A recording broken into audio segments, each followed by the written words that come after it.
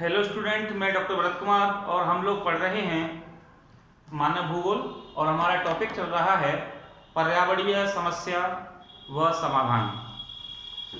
पर्यावरणीय समस्या व समाधान के अंतर्गत हम लोग जो आज टॉपिक पढ़ेंगे और उसमें है ओजोन परत क्षरण, ओजोन लेयर डिप्लेशन।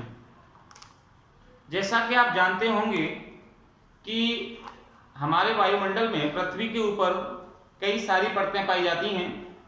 उन परतों में आप यहाँ देख पाएंगे कि हमारी जो पृथ्वी होती है उसके ऊपर यहाँ क्षोभमंडल, समताप मंडल, मध्यमंडल, आयन मंडल और ब्रह्मंडल पाए जाते हैं। लेकिन इन्हीं में समताप मंडल के ऊपर 30 से और 80 किलोमीटर के बीच में एक परत पाई जाती है जिसे हम लोग ओजोन परत कहते हैं, O3 जिसे हम लोग ओजोन परत कहते हैं। इस ओजोन परत को जीवन रक्षक परत के नाम से भी जाना जाता है। इस ओजोन परत को जीवन रक्षक परत के नाम से भी जाना जाता है।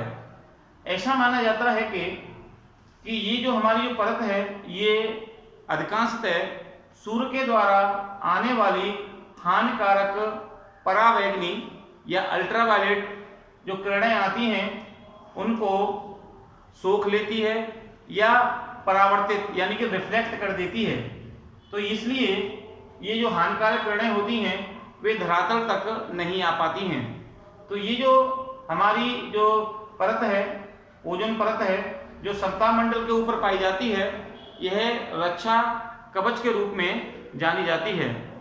लेकिन ये जो परत वर्तमान समय में देखेंगे तो इसमें कई सारे बदलाव हो रहे हैं, या हम ये कह सकते हैं कि O3 जो ओजोन परत है उसमें कमी आ रही है, क्योंकि इस ओजोन परत में कई सारी ऐसी गैसें हैं जो इसके साथ क्रिया करती हैं और ओजोन परत में छिद्र बना रही हैं। अगर हम लोग ओजोन की बात करेंगे तो ओजोन परत क्षरण का मतलब होता है कि हमारे वायुमंडल में जो ओजोन परत पाई जाती है उसमें जो छिद्र हो रहा है, जिसकी वजह से क्षरण होने से सूर्य के द्वारा आने वाली हानिकारक परावैंगनी किरणें धरातल तक आती हैं।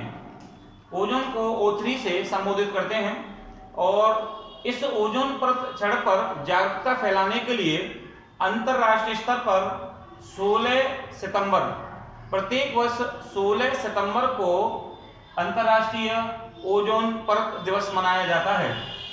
अब ये जो ओजोन परत क्षरण हो रहा है इसके होने के कई सारे कारण हैं। जैसे ओजोन परत क्षरण के कारण कौन कौन से हैं?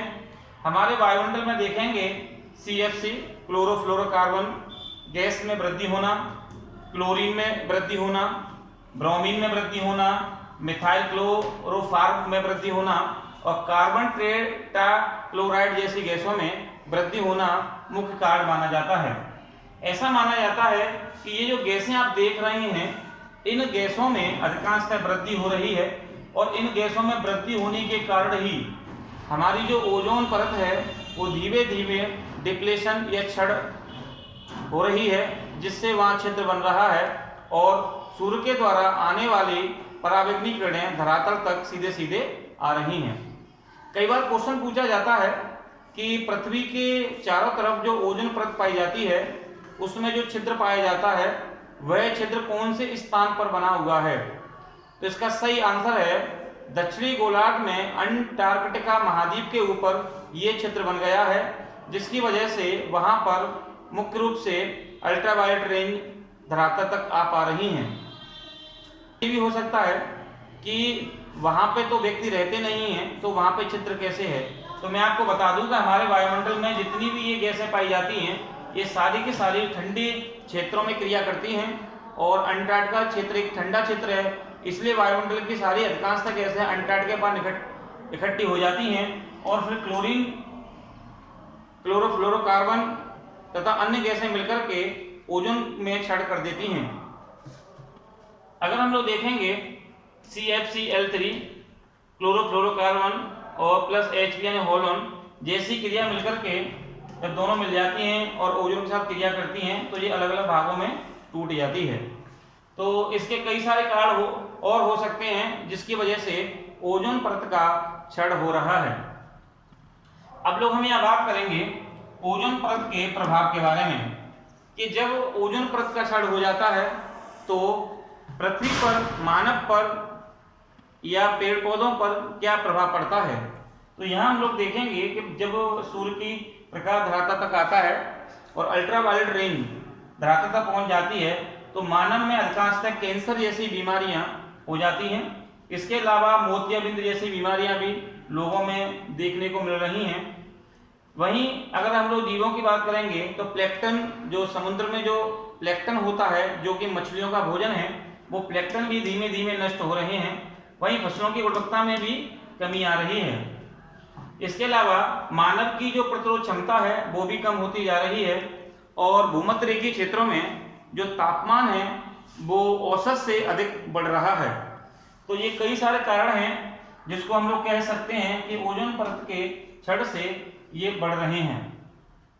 अब हम लोग बात करेंगे कि ओजोन परत क्षरण के होने से अब जो वर्तमान समय में अंतरराष्ट्रीय स्तर पर क्या क्या इसको रोकने के उपाय सुलझाए गए हैं या दिए गए हैं।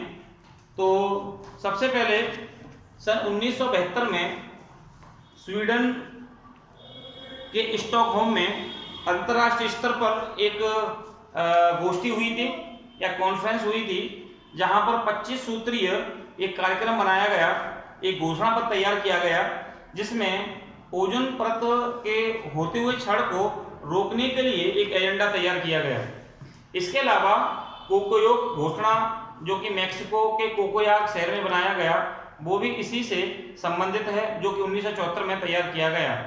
इसके अलावा विश्व जलवायु सम्मेलन 1979 भी स्विट्जरलैंड के स्टॉकहोम में आयोजित किया गया था। यहाँ पर भी बड़े पैमाने पर इसको रोकने के उपाय सुलझाए गए। तो वियना सम्मेलन, मैड्रिड सम्मेलन, कई सारे ऐसे सम्मेलन हुए हैं जहाँ पर इसको ओजोन परत क्षरण को तथा अन्य पर्यावरण जो मुद्दे होते हैं उनको कम करने के सुझाव दिए गए हैं। तो ये रहा हमारा आज का टॉपिक जिसका नाम है ओजोन परत क्षरण। कल हम एक नया टॉपिक पढ़ेंगे। Thank you.